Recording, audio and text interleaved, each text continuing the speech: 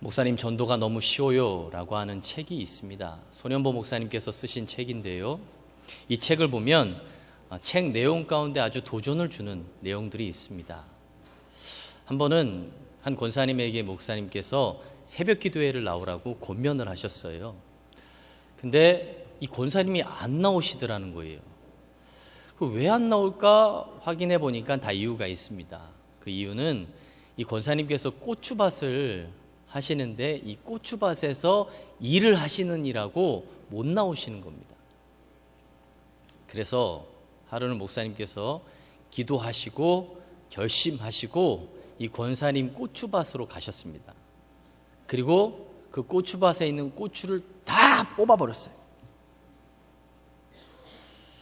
그랬더니 이 권사님께서 이 고추밭, 쑥대밭이 된 고추밭을 보시고 너무 큰 충격을 받고 자리에 들어 누우셨습니다.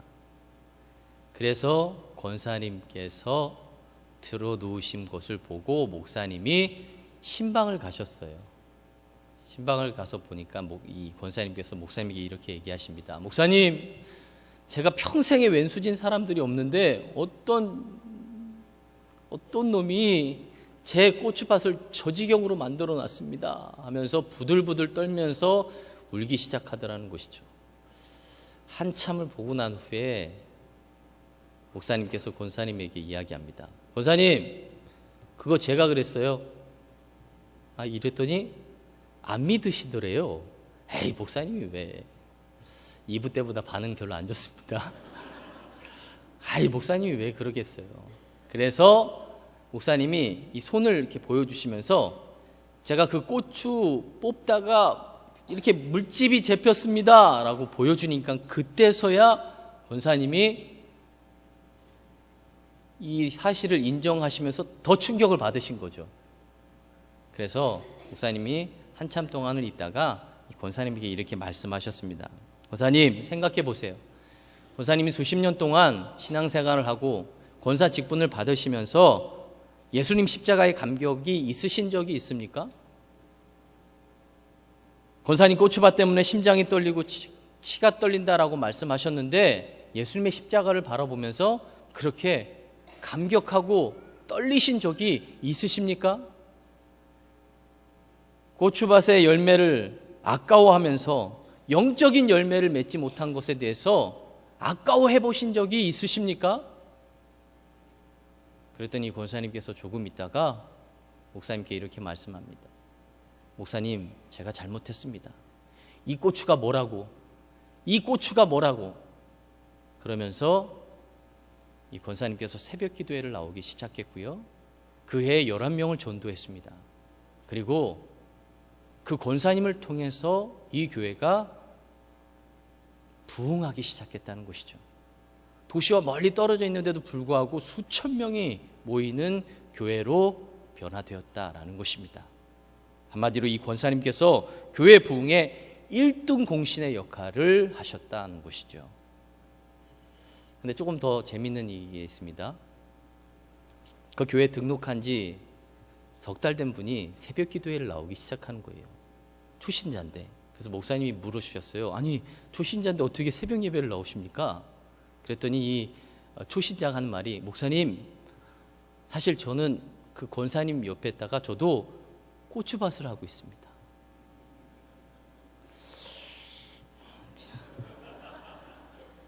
이해가 안 되시면 재미가 없으세요. 고추 뽑을까 봐서 나오신다는 거죠. 목사님이 또 가서 고추밭에서 고추 뽑을까 봐. 그렇죠? 예. 저는 이 책을 읽으면서 두 가지가 부러웠습니다. 하나는 목사님이 가진 영적인 야성. 목회를 하다 보면 정말 뽑고 싶을 때가 많아요. 근데 뽑을 수 없는 상황이 될 때가 많습니다. 그래서 이 목사님의 영적인 야성이 부러웠고요. 또 하나는 권사님이십니다. 이른 고추에 연연하지 않고 고추 뽑은 목사님께 서운해하지 않고 돌이키는 권사님의 모습. 우리가 다시 한번 우리의 신앙을 점검해 볼 필요가 있습니다. 우리의 신앙 생활을 방해하는 고추밭은 없는지 돌아보시고 날마다 더 뽑고 그리고 더 끊고 사는 여러분들의 삶이 되시기를 주님의 이름으로 축원합니다. 성탄절 하면 생각나는 사람들이 많이 있습니다. 그런데 그들 중에 이 요셉은 비중 있게 좀 다루지 않는 부분들이 있습니다. 그래서 교회 역사를 보면 생모인 마리아에 비해서 생부인 요셉의 위상이 조금 작게 느껴질 때가 있죠. 또 서양 미술에서 보면 미술 작품만 보더라도 그렇습니다. 지금 보이는 이 미술 작품을 보세요.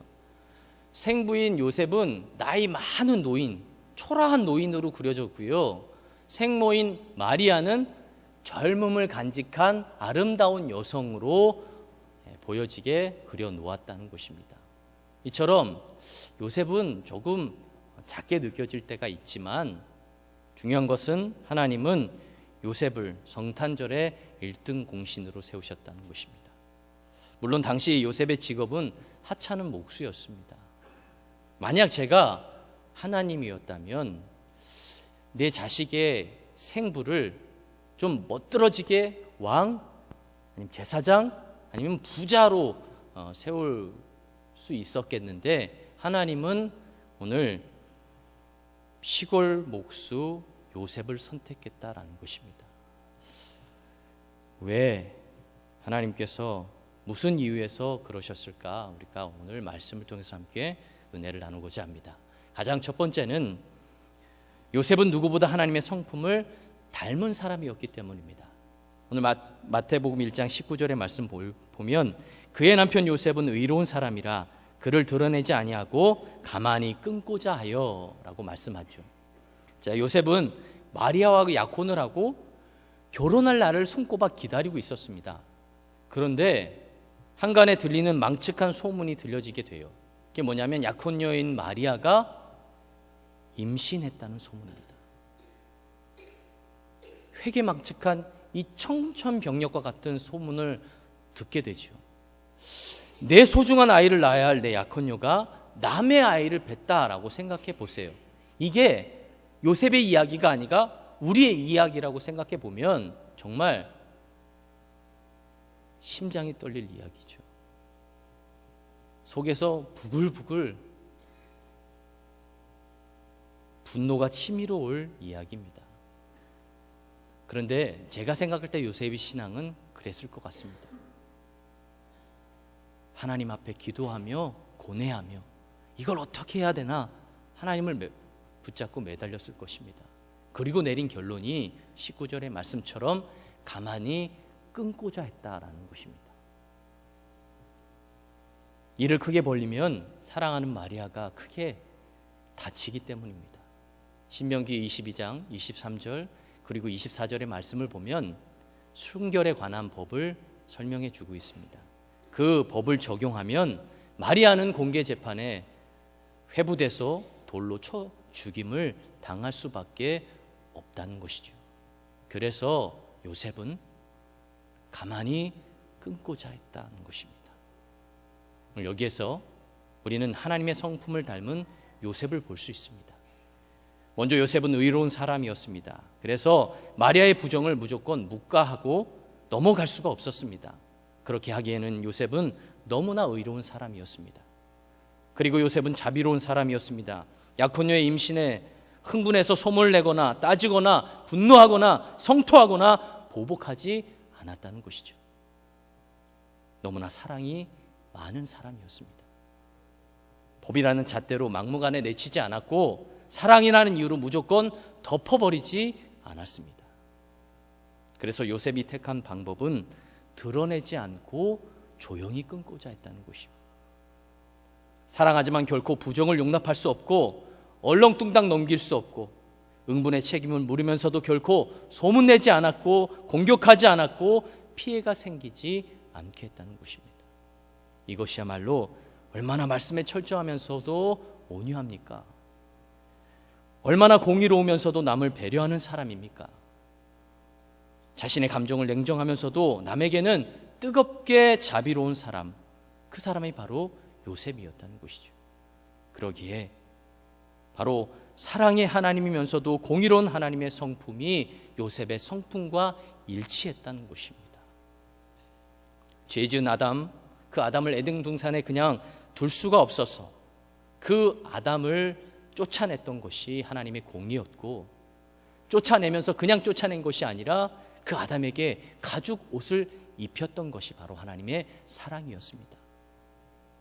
아벨을 쳐 죽였던 가인을 벌 주었던 것이 하나님의 공의였으면 그 가인이 그 벌로 말미암아 다른 사람들에게 피해를 입지 않도록 보호법을 만들어 줬던 것이 하나님의 사랑이었습니다. 이렇듯 요셉의 인품이 하나님의 성품을 닮았다는 것이죠. 독생자 예수님의 아버지신 하늘의 하나님은 이 땅의 육신의 아버지도 하나님 당신의 성품을 닮은 요셉을 택하신 것입니다. 하나님은 이런 요셉에게 하나님께서 가장 소중하고 소중하게 생각하는 독생자를 맡기셨습니다. 이런 요셉을 통해서 임마누엘 하나님을 주시고 구원의 은총을 주셨습니다. 부디 우리도 위로움과 사랑의 하나님의 성품을 닮기를 소망합니다. 우리에게 무엇이든지 맡길 수 있는 요셉과 같은 삶을 살아갈 수 있는 여러분들의 삶이 되시기를 주님의 이름으로 축원합니다. 그래서 요셉처럼 주의 성탄을 돕고 하나님의 구원의 사역에 동참하는 1등 공신이 다 되시기를 주님의 이름으로 축원합니다. 또한 요셉은 초인적인 순종의 사람이었기 때문입니다. 오늘 마태복음 1장 23절의 말씀을 볼까요? 요셉이 잠에서 깨어나 일어나 주의 사자의 분부대로 행하여 그의 아내를 데려왔으나, 오늘 요셉이 소문을 내지 않고 가만히 끊고자 했던 것이 19절 말씀에 나와 있는데 갑자기 24절에 아내 마리아를 데리고 왔습니다. 왜 데리고 왔을까요? 20절의 말씀에 그 답이 있습니다. 이 일을 생각할 때에 주의 사자가 현몽하여 이르되 다윗의 자손 요셉아 내 아내 마리아를 데려오기를 무서워하지 말라. 그에게 잉태된 자는 성령으로 된 것이라. 요셉은 마리아가 임신했다는 그 소리를 듣고 고민을 거듭한 끝에 또 기도한 끝에 조용히 끊고자 했습니다. 그런데 그때 꿈에서 주의 사자가 현몽하여 마리아 데려오기를 겁내지 말라. 그는 성령으로 잉태된 것이다 라고 설명해 주고 있습니다. 근데 솔직한 심정으로 생각해 보면, 제가 비속어를 써서 죄송합니다. 귀신 신나라 까먹는 소리가 아닐까 생각합니다. 아니 갑자기 성령으로 잉태된다는 게 이해가 되십니까? 이게 가슴에 와닿습니까? 다 가슴에 와닿나 봅니다. 도저히 믿기지 않는 음성을 듣는 요셉은 아무런 생각을 하지 않고 그저 하나님 말씀에 순종하는 모습을 우리가 보게 된다는 것이죠. 이것이야말로 초인적인 순종의 모습입니다. 순종함으로 말미암아 본인에게 다가올 어려움들이 참 많았습니다. 때로는 비난을 들어야 하고 조롱을 받아야 되고 멸시를 받아야 합니다. 그런데도 요셉은 하나님 말씀에 순종합니다. 더 나아가서 이 순종이 왜 어려운지 25절을 보면 우리가 깨달을 수 있죠. 동침하지 아니하더니, 자신의 아내를 데려오고 1년 넘게 동침하지 않았다는 것입니다.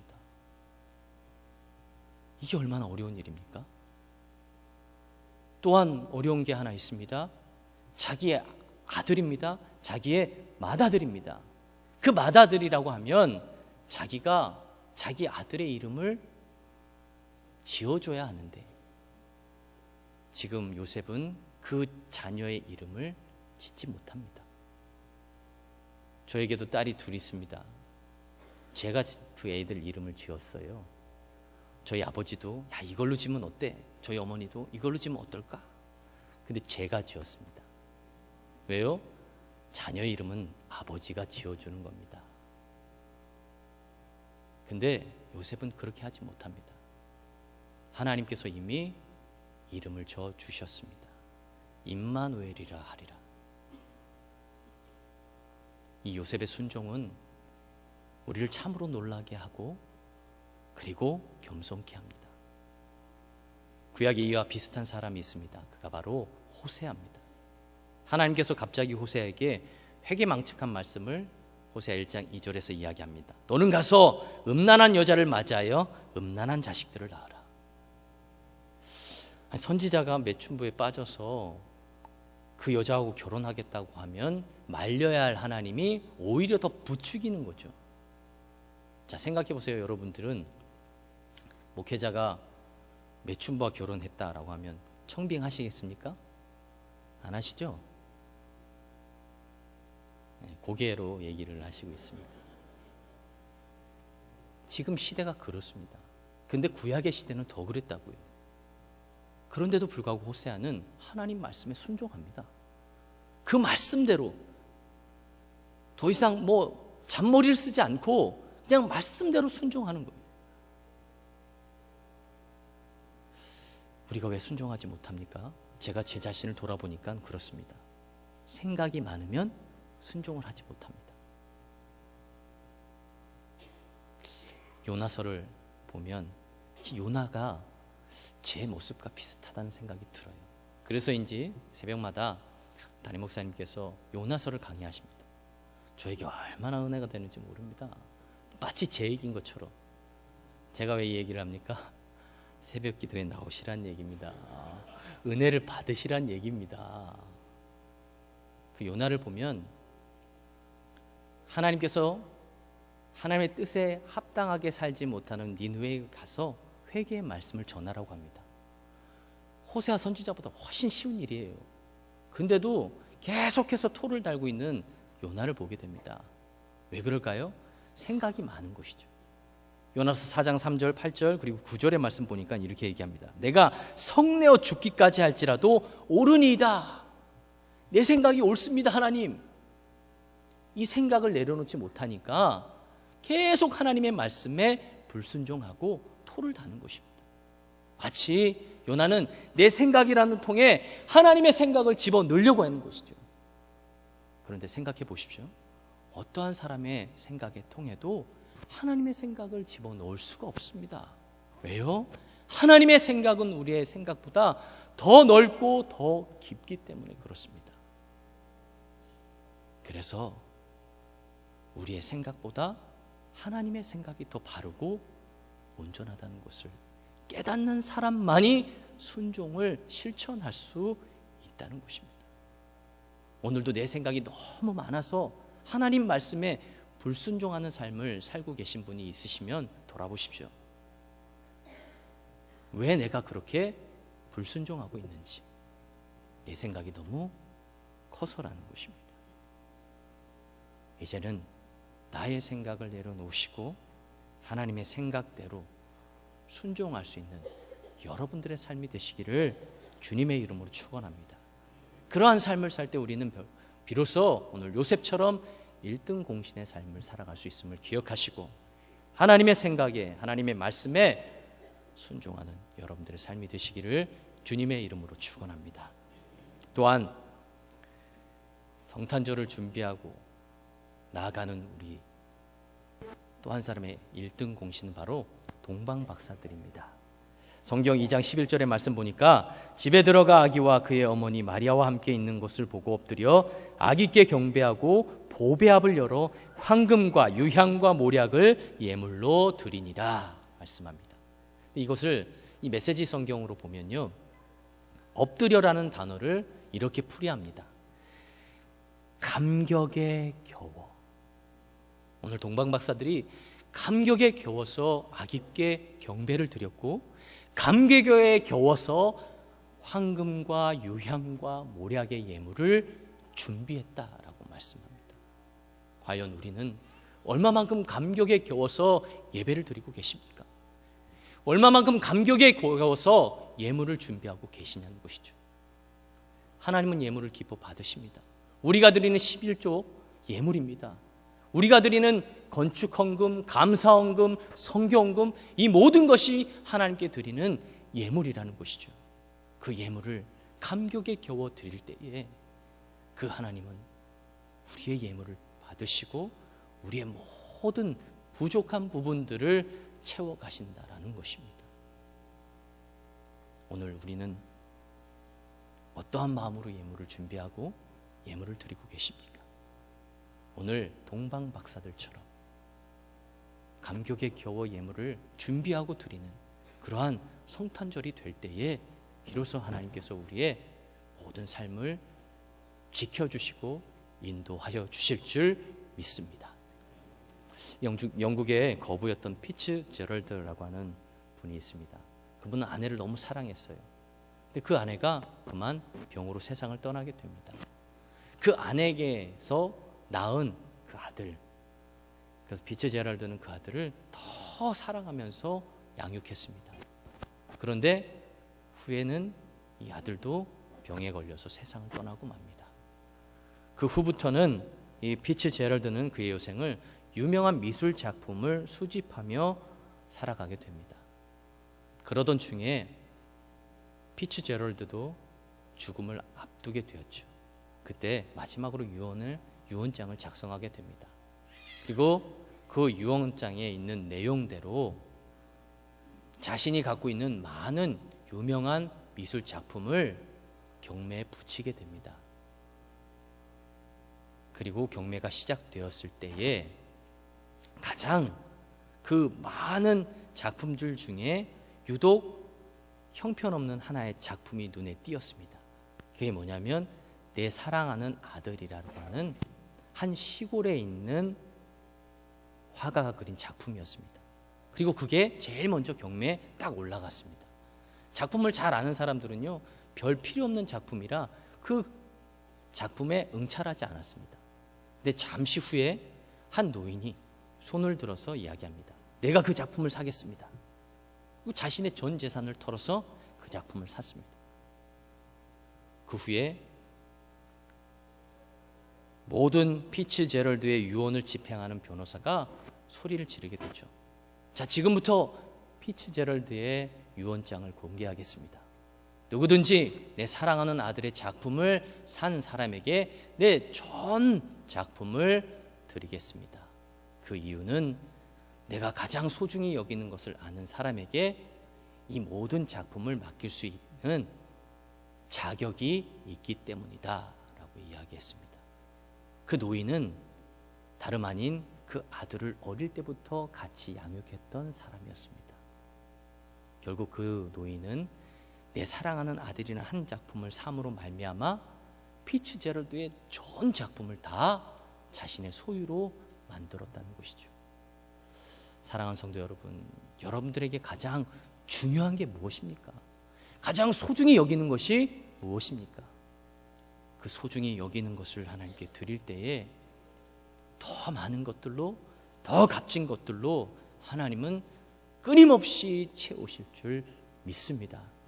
그 믿음을 가지시고 이 성탄절에 다시 한번 주님이 기뻐하시는 삶을 살아가는 여러분들의 삶이 되시기를 주님의 이름으로 축원합니다.